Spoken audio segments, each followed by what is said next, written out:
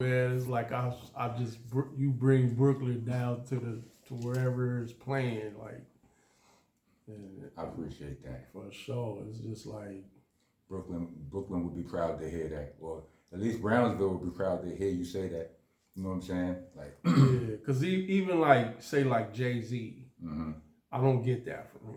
Mm. He's just a dope rapper to me. Like I can listen to his lyrics and get Jay-Z is a Brooklyn rapper with like a Harlem kind of vibe. Like I've gotten to arguments. I got into a debate with Tech one day because I said Bed-Stuy is like Brooklyn's Harlem. Right, because it's like they bought their money in Bed-Stuy. They got a certain kind of swag. Tech didn't like that. Happy birthday to Tech, by the way. It's his birthday and whatnot. But yeah. He was just letting me know how. Yeah, just saying your style sounds like Brooklyn. Like I'm transported to Brooklyn. If I'm listening to you, I start seeing Timberlands and I start seeing Brooklyn. Now, amazingly enough, I was just saying, like, as in hip hop, we give a lot of credit to music that gives us the stank face, right? But I feel like we don't give enough credit to lyrics that make us smile, or flows, or voices, or vibes that make us. And I don't know, like J-Ro, along with a few other greats like Snoop, you know what I'm saying? Like a Q-Tip, like. They just relax you. You just get so entranced in the cool. Like cool meaning swaggy, cool meaning the breeze, cool meaning fresh. You know what I mean? Cool meaning a good drink with the ice cubes and the palm trees sticking, you know what I'm saying, out the drink. Like it's super swag. Like I hear son, he's on his way to the club, puffing on the dub. Never wait in line because he always get love. Like that whole knock on wood grain. The whole hood saying you give good brain. The swag on that, bro. Yeah, I could say I was trying to amuse. Listen, I was trying to be amused. You did that and some. You know what I'm saying? And let me just at myself, just talking about another man's swag and all of that. You know, just in case it's applicable. You know what I'm saying? So, in case y'all haven't realized, I'm here with my brother J-Ro, longtime friend, broski in the industry. Brothers. And like I've known this man since my first trip around the country and the world and all of that. So yeah, that's like 20, 30 years we got in, right? Real. A few years ago, we did a podcast. Me and my brother Strang was doing the Monster Mondays podcast. We interviewed J-Ro.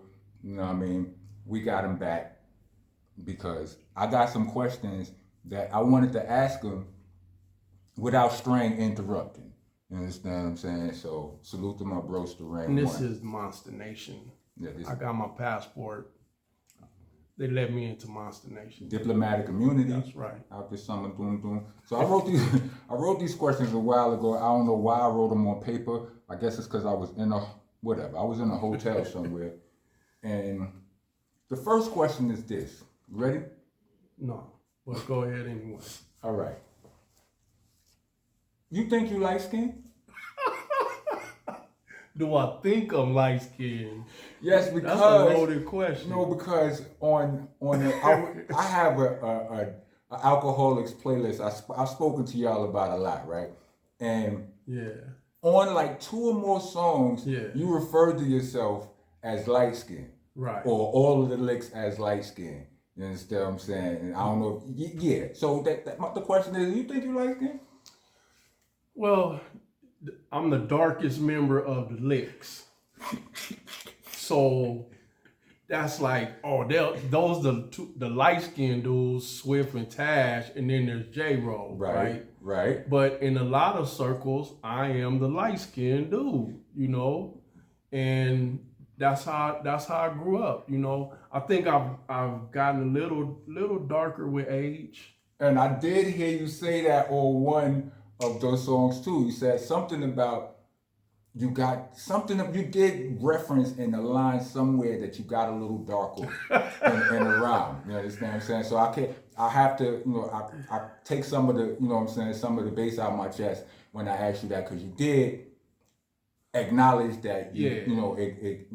that it kind of converted as you got older. Yeah, but I would put myself on the light skin side of things. Yeah, so because I grew up, people was calling me yellow when I was young, growing up. You know what I'm saying? You know what? Now that I look at you, right, I say it is old school light skin. Like back in the day, like when we grew up, that would have been light skin. Right. Like, cause I'm looking. Look, I can't see a difference between your complexion and mine. Right. Mm-hmm. You know what I'm saying? And like niggas be sometime in the wintertime, they be fake. They be like, Brock, you ain't even really brown skin like that. I be like, you better get nah, bro. Right. Nah, right. But you know, like I'm probably the lightest brown skin you can get and still be brown skin. Right. I thought that was you. I'm like Ray Parker Jr. light skin, not El DeBarge. Got you, cause look, light skin has converted over the years. It's like now you think Steph Curry ain't that's light skin now. Yeah, you know what I'm saying? And they would look at back when we was kids, Allen Iverson was light skin. Right. You understand? I look at Allen Iverson right now and I don't see light skin no more. Right. You know what I'm saying? Right. Either he got darker or our perception. Steph Curry's light skin. Yeah. For sure. Either he got darker or our perception just changed, morphed over time or whatever. But yeah, I see what you're saying and all. I just had to ask you that because. So the answer is yes. Right. I am light skinned, I'm riding for all the light skinned army out there. Listen, I ain't got no beef with light skin. We are an army. Listen, don't get it twisted. Yeah, listen. Some of the realest niggas I know is light skinned. I do not. We always got something to prove. Wow. I'm light skinned. I'm light skinned. Got these things too. All right, hold on. Let's go to the second question, right? Let's go. Tash, I believe, I hate to ask you a question about Tash lyric. It's a Tash lyric, but you would know the answer to this though. When Tash admitted he was too legit to quit it, dancing with the chorus, now you can't get busy with it. Did that land y'all any issues with MC Hammer? I'm glad it didn't. All these stories I've been hearing about Hammer. Right, I've been hearing these stories about Hammer. It didn't, like Stanley, we meant no harm. Tash meant no harm about that, Mr. Stanley, I should say. Like, but the thing is, Tash, he hates cordless mics. He don't like cordless mics? He don't like cordless mics. He's like, give me the cord. We be on the stage, big old stage or something. Let me rock it, but we're gonna be tripping over the mic. He likes the corded mics for some reason. He always learned something new. I never knew that. Corded mics, yeah. Now I always got this mic flip thing I do, so I'm like, give me the cordless. Like I gotta have the cordless. Some point in the show, I'm gonna put it in my back pocket and run around, do all that. I like that style, but corded mics, I feel like I gotta just keep it on the mic stand and just stay right there. Yeah, Eric Sermon, we did a show with Eric Sermon one time, and he was like, man, y'all be all jumping around the stage and energetic. He's like, I'm all one hand with it. I'm like, I'm one hand with it.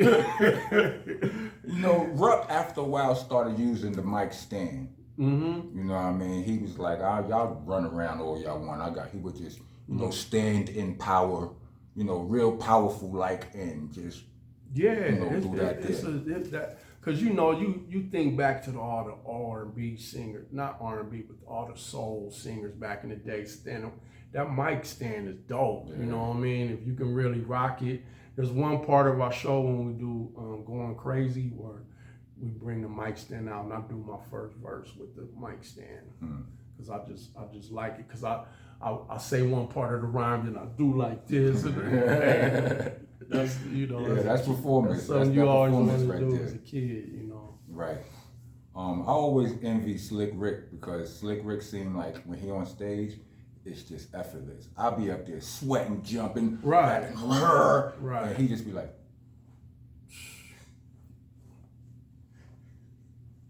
and chilling it. Crowd singing half of the song for him. It's amazing. Right. He's easy money. Let me see. What's this next question. All right. Soda Pop MCs. Mm. Who are they? I never heard.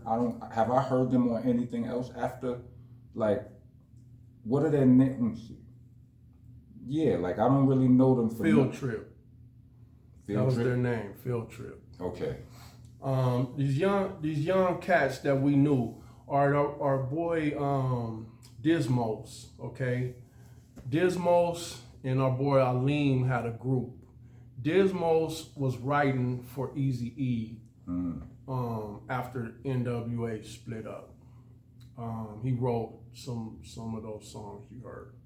So Dismos, our guy, he live in Dominican Republic right now. You can catch him on Instagram, and he's still releasing music and stuff. Real interesting character, Dismos, I must say. But he had these young dudes around him, and they was dope. They was dope. They could rhyme. They had dreads.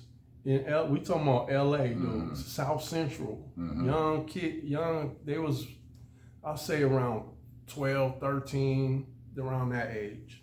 Yeah, they sound young. Yeah, they was young, dope. and we called them Field Trip. But the problem with them was the stuff they was talking about in their verses. They was active. They was active. Got it. So that's why you didn't really hear them anymore. Field Trip.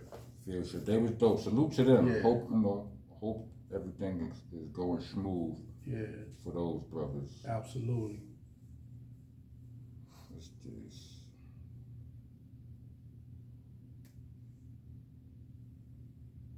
Cut like a Ginsu, been through hell, back.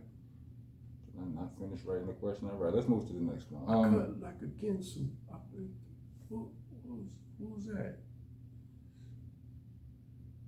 Oh yeah, who's that guy? That was the question. Yes, I cut like a Ginsu. I've been through hell and back. Yeah, what happened to that dude? Yeah, that's Field Trip. Oh, that's it. That's okay. Yeah. All right. Yeah, and they talking about packing the. Man. The say ball is only wear gas, but that's a motherfucking lie, cause I got a pair of Levi's. Yeah, that was funny right there. Yeah, it was fly. Imagine that young, man. I wish we could have got more out of them, because that was one of them things. They should have been in the Liquid crew, the whole thing. Remind me of what's the dude was with De La Soul, Jeff.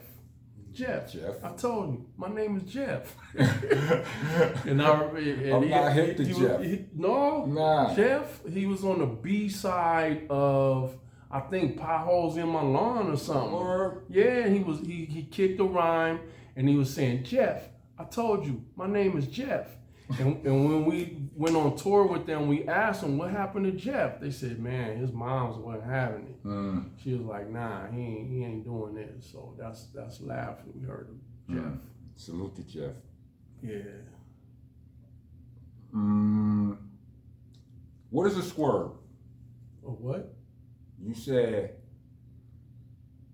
while my mama peeled the skins off a squirrel. Spuds, that's what you said? Yeah. I don't know what my ear is. My accent sometimes be all over the place. All right, cool. All right. Yeah. So what's a spud, like potatoes? Potatoes, okay. Yeah. I'm writing rhymes while my mom peeling potatoes. Got you. Because I ain't peeling nothing. Got you. Yeah. So mom, shout out to moms, man. Moms is real. Quema OG. All right. On Who Them Niggas, you said, if you hear one more nigga kicking that, that's effects-ish. I'm bombing. My style is uncommon. Yeah, what was that about?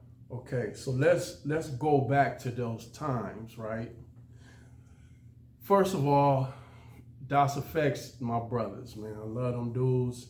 And I remember, back in them days, the first time you maybe heard a song was seeing the video. And I saw They Want Effects came on the TV. I was like, He just in his rhyme went dun dun dun dun dun dun dun. Yeah. What? I remember calling Swift on the phone. Bro, are you watching this right now? He's like, yeah, what was that? Like, what?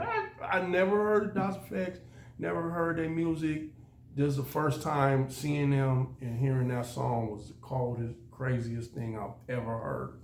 They saying all the rhymes from all the stuff we grew up on, the commercials. Yeah. Pretty Rhymes, sneaky, sis.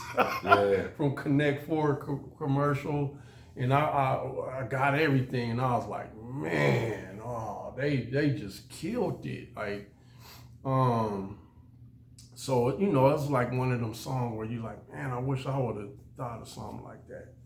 So I was a writer for them with the diggity dip dip. Right. But then everybody started doing it. Everywhere you go, everybody's diggity this, diggity that, and I'm just like, man. So I'll tell you a story. We in LA at a club, and I'm inside the club, and you know when it starts letting out, you still in there talking, everybody's leaving, the bouncers telling everybody to get out. I'm still in there, probably finishing my drink or something. And then one of the homies run back in the club, Too Much, our homie Too Much, rest in peace, Too Much. And he's like, Ro, man, Das Effects is outside and they sweating Tash. I'm like, what? Yeah, man, they sweating Tash, man, come on. So I run out there, and Tash is like, he's like kind of got his hands in the air. And I see Scoob and Dre, and I'm like, what's up? They like, yeah, man, you know, we was listening to y'all album, and we was feeling it. We got to the last song, and you said, Das Effects, shit. We like, I'm like, you know, we just don't, you know, we ain't feeling that. And I'm like, man, I don't know where y'all grew up, but that's just how we talk out here. You know, I was actually defending y'all because I'm tired of everybody stealing your style. You know, so it wasn't a disrespect at all, you know what I'm saying? And, you know, we talked it out and they understood at that point. Man. That's what's up. And you know, even to this day, when if I hear it, I think about it, it could be misconstrued as I'm like talking about them or something. The way I worded, maybe I could have worded it, but I only got 4 bars at a time, so that's how it came out. But you know that I was defending them because I was a fan. I never thought that you was dissing them, right? I was just thinking, you know, when I thought of the question, when I heard, I'm like, who he talking about? You know what I'm saying? Like 1,000 rappers. Because I mean, growing up, like me and Steele, like when we was younger, whatever style came out, we mastered it. We tried it, we flipped it, we bounced it, we mastered it, just in case we ever ran into you, right? And it was smoke. You understand what I'm saying? We was gonna never be unprepared, right? So, you know, I had Iggy rhymes, still had Iggy rhymes, but those rhymes never came out. You know, this was before the boot camp clip was out there in the world. You know what I'm saying? Right. But when it was a whirlwind from when we started. You know, from that point where we had Iggy rhymes to when we was out. That was probably a year, 2 years later. Right. You understand what I'm saying? It's like whirlwind. So when you said that, you know, it's a couple of dudes that didn't make it public with that style, and I just wanted to know if you was thinking of who I might have been thinking of. But you know, we're gonna move on. I mean, wasn't nobody in particular, but if they was doing it, I was talking about them. Yeah. Got you. But one thing I gotta say, the original Mary Jane, I actually started it off like that. I said Mary Jane, make it Mary Jane. I did, but I changed it. I was like, I can't do it no more. I can't do it. Got it. So when we did the other version of it, because we actually did that song over Rick James before we couldn't clear the sample. So we redid the song, and that's how it came out. All right. This question I couldn't wait to get to. You didn't rap on 21 and Under? Mm-mm. No, I didn't. You know what? I wasn't feeling it. I wasn't feeling the beat at the time. And then when sometimes it's like that, I may not be feeling it, and then I get it now, and I'll get on it. But when Tash rapped on it, I'm like, that's yours. Mm-hmm. That's your story. That's your story. Got you. You know what I mean? Like it became his, and I couldn't. You know, I started liking it after I love the song now, but it was like I wasn't feeling the beat. Let me tell you something, bro. I didn't realize you didn't rhyme on that song until last year, because it was like, for whatever reason, I thought Swift was you. When he starts, it was a Friday night house party. I'm like, and I'm just listening. I know that verse. Right. Like, I could quote the whole verse. I just, for whatever reason, didn't realize that it wasn't you until just now. Right. I'm like, wait, what? Yeah. I was just like, I can't come up with nothing on this one. Wow. I couldn't. But you know, on all the albums, I had like a solo song. Mm-hmm. That was kind of the thing. Like, okay, I'm gonna rap my song. You know, because our formula was like Swift and me. We used to go through all the breaks and play the wax, even go digging and all that, and listen to all the songs. And that's why I'm rapping first on a lot of songs, because y'all laid down the foundation. We laid down the foundation, maybe did a hook or whatever, and then Tash come in and rip his verse, you know what I mean?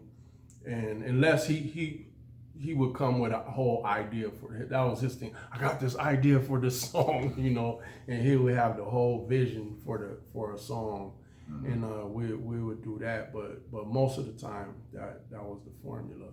Got you. So that one I couldn't start off nothing with that. And by the time he did it, I was just like, that's yours. Well, I'm glad that makes me happy to know, you know, the reason, because I felt like somebody just walked up behind me and knocked my hat off and was like, yo, what the what? But all right, makes sense. Did you guys ever run into any, I don't know, any problems, whether light or whatever, behind making fun of New York slang, or what song was that? Was it Coast to Coast? Coast to Coast. Y'all had jokes. That was fun. And y'all was doing a horrible job at it too. Y'all did not, whenever non-New Yorkers try to mimic New York slang, y'all be butchering it so bad. Absolutely. Was it any issues? No. Yes. No. It was funny. Right. It was all in fun. The thing is, it was real, because we were in the studio, and these girls we knew from New Jersey was in the studio with us, and we was actually doing that. Like, we was actually, what is the L? Like, you know, and we saying something and they not knowing, we you know, I'm coming with the super LA slang, you know, and they like, what is that? We like, we got to put this on the record, you know what I mean? So that's how that happened. Now, secretly, look, me and Ruck did the same thing. We had a song called Brother's Keeper that was supposed to be on Magnum Force, right? But with the beginning of it, we was like, we had like a gangbang pack, like a red and blue, like what you doing with all that? I don't remember how it went, but I'm sure by now the song Brother's Keeper, Helter Skelter, is leaked on YouTube somewhere. But you'll hear it. It's like, you know, it's a dude he run up on me. He's like, yo, what's up with all that? And I'm popping shit, like, you know what I'm saying? See, my shit wasn't as funny as y'all's was. You understand what I'm saying? Like, but it goes from that point, you know, that conversation, and then you hear Ruck like, hey, yo, son, look out. You hear a shot. Like, you know, so it wasn't funny, but It paid respect to it in its own way, right? You understand what I'm saying? Made fun of it, at the same time paid respect to it in its own way, or whatever. But yeah, we never caught no, you know what I'm saying? I think real hip hop fans are smarter than we give than the people want to give them credit. Absolutely, You know what I'm saying? man. Because a lot of people told me about like that Das Effects lyric, like, man, yeah, everybody was rapping like Das Effects, like they got it 100%. And you know, like one of my, you got like Dog Pound doing New York. They clowning at the beginning, yo son, like, right. But what's funny, that's what messed it up. Because if they wouldn't have put that at the beginning, I think, because if you listen to the lyrics, ain't no disrespectful to New York lyrics on the song. Right. You understand what I'm saying? The video came later, after. You know, we know how that story went. But I guess the making fun of the yo son and all of that, and then it's the culmination of all of the things made people change. Yeah, you know? but even then, it was like, it's a song called New York. So at the beginning, if all this other stuff didn't happen, I don't even think that would have been looked at as disrespectful. Right. It was just a joke, like, you know, yo son, we're a kid, you know, because for us in LA, that was kind of funny, you know, because this is different. We don't say that here, so to hear people actually talking like that was kind of like. I think we better in New York at mimicking LA accents. See, that's where I don't agree, because then you got my man, Pots and Pans, Master Ace. But they was clowning the LA style on what song was that? Butcher Shop? Slaughterhouse. Yeah, they LA accent. Slaughterhouse before the slaughterhouse. Yes, the LA accent wasn't there, but it was funny. I thought it was funny. You know what I mean? So just having that, and that's why we did that on Coast to Coast, because we thought it was funny. Like even LA slang is funny to me. Like I'm laughing. Nah, that shit funny to me. I laugh at how we say things sometimes, because a lot of times we're overemphasizing it. Because a lot of cats don't really talk like that. Like we'll walk into a store and say, "Can I have a beer or something?" And like, "Hey, homie," and then it comes back out. You know, like sometimes I tell people, like if I'm talking to one of my friends from back home, you might not even understand what I'm saying, because we talking like with a whole different accent, not just the words, but it's an accent, like. Yeah. You know what I'm saying? But I'm saying, I know quite a few niggas who could get a decent, hey nigga, hey nigga. Yeah. But coming to my porty. Coming to my porty. Yeah, porty. You know, you can't even spell that. Right. You can't even spell porty. So it's just how you know, it just comes out, man. You know, a lot of. And you know what? I was actually wondering about that, because it's like all black folks is from the South, right? So in LA, all our grandparents, well, not all black folks, of course. Some never made it to the South. Right. They just stopped in the island somewhere.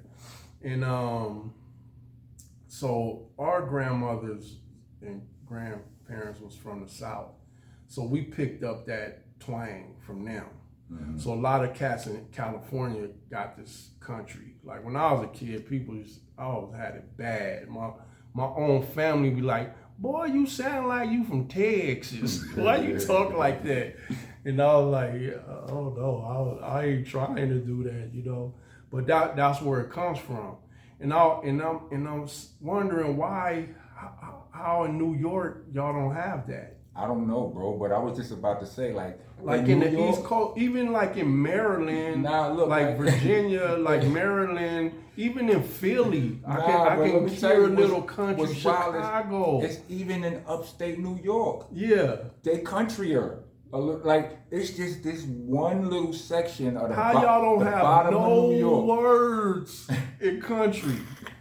You don't have no words in country in New York, like in the borough. But I'm glad you said it, because to us, this is like, you made it make sense for what a lot of people act like it's weird when we say this, but it's like, it sounds like everything outside of New York sounds country. Right. Now Everything. you have to have a seasoned ear to be able to tell the difference between a LA accent and a Vegas accent, right? Because they're not the same. Right. You know what I mean? I can hear the difference in the way they pronounce certain words or whatever. Like, I'm like, you from Vegas? I spent enough. You understand what I'm saying? I don't even know. There's a Vegas accent. It is. It's slightly. See, you might not even notice it. I notice it because I'm from way back east. Right. And I'm out here. Cats ain't even really from Vegas though. That's true too. Right. So That's I don't know. true. Maybe they from somewhere else. But I met like a couple of Vegas people that pronounce their words. It sound like country Bostoners. Okay. Like. Yeah. Like it's like a combination between Cali and Boston. Like when they say words like in park LA, and car. Sometimes I can tell what part of LA you from. Mm-hmm. You know, like you said, you have to have that ear. Yeah. Dudes from Compton talk different, and dudes from Watts talk different. Dudes from Watts are really country, because there was a program that sent people from the South straight to Watts. So they talk. I think they talk the most country, and cats in Compton to me have like kind of like a LA but proper mixed with proper.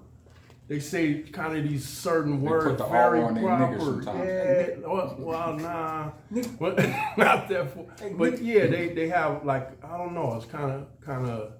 No, I know what you mean. Yeah. I do. But I can kind of tell, like, you sound like you're from Compton or, South Central. The illest, speaking about regions, because the illest thing about this whole conversation and combination is that son is from LA, I'm from Brooklyn. We're sitting in Tucson, Arizona, right? And we both live here. Right. You understand what I'm saying? Like, it's the biggest head scratcher. It's crazy. It don't make no sense. Right. Especially how we found out. Cause you like, I'm on the gram, you on the gram. I'm like, I'm in Tucson. Well, you hit me up. I hit, we hit each other up. You in Tucson? Yeah, I live here. I do too. What? Where you at? Okay. My daughter having a birthday party. Come through. Because look, when we did the interview for the podcast, you wasn't living out here then, right? Not yet, no. Right. So that was a few years ago. Right. I was in LA at the time. All right, yeah. So then we find this, because we could have did that in person actually it was during COVID, so we probably wouldn't have. Right. But were you in LA during COVID or you was out here? I was in LA. All right. So yeah. So then, as he was saying, like when my daughter was having a birthday party or whatever. I'm like, oh, cool, shoot your address. Send this nigga the address, and he's like, dude, I could walk. I could walk there. It's right. It's the next apartment complex. You know how wild that is? Like, you don't walk nowhere out here. No. This ain't one of them places where you go walking. So, like, my daughter, I make fun of my daughter. Like my daughter never crossed the street out here by herself. Ain't no sidewalks. Ain't no sidewalks. She's not about to cross that big ass street right there. No. Anyway, so that's kind of like a highway. Right. Actually, it is. Right. It's a highway / street. Anyway, right. Like so it's walking. like, yo, come on, B. Like, nah, we're not doing that today. But it was a short drive. Yes. Yes, I'm saying, like, but you could walk it though. Is the truth? Like, I'm saying that in a city where you don't walk nowhere, it was walkable. Yeah. So you from Brooklyn, I'm from Coima, New York, LA. We down the street from each other in Tucson, Arizona, and I say Tucson like Scarface. Arizona. Tucson. You know what I'm saying? Tucson, Arizona. So ever down since the street from each other in the city. So ever since this dynamic has been this dynamic, I've been saying we gotta do something. You know what I'm saying? So we're doing this, and this is for y'all, and we are also working on music. We're doing this. Yeah. Yeah, stay tuned. Rock and roll. Rock and roll. rock and roll. One more question. Well, not even a question, it's more of a statement. The Alkaholiks did an album with, a project with the Beatnuts. Yep. Right? Legendary New York Squad. Man. What's that album called? We never came up with a name for the album. Y'all came up with a name for the group, right? Yeah. The name of the group was? The LIKS and the Nuts. Pause, protesters. Get your ass out of here. If you don't think I was supposed to pause that, then you don't belong here. But anyway, I heard some of the songs. It was like, if anybody got a problem with our name, refer back to the name. Yeah. We all, since the day we met them, we was like, y'all the East Coast Alkaholiks and we the West Coast Beatnuts. Because we didn't really feel like our music was similar to anyone, actually. You know, some people say, oh, your music sound East Coast, but then you really listen to it, like West Coast cats, our West Coast cats who are fans of ours, they like, y'all West Coast, like, boom, boom, boom. And some people get it like, y'all just hip hop, whatever. But we just felt like their vibe, cause it's a like a boom bap, you know, sound. And I don't think either one of us really have that boom bap, like a boom bap sound. It was more like a production. It was like if you take boom bap and you put more production on it. That's what I would say, just as far as the musically. I heard a couple of the songs. Them was fire. Yeah. Like, it was dope, man. So I think we met in the early 90s, man, and we said it then, man, we should do something together. And it took all that time. And, you know, some reasons I don't even want to talk about, it didn't really happen, so. Well, you know. But we do got a lot of songs. We recorded a lot of music gets left on the cutting room floor. Yeah, We're trying to, you know, we trying to do something. I think we're in an era where a lot of us from our era are going to start doing something about that. Right. I think so. Right. You know what I mean? But yeah. Welcome to the nation, y'all. Y'all know the rest.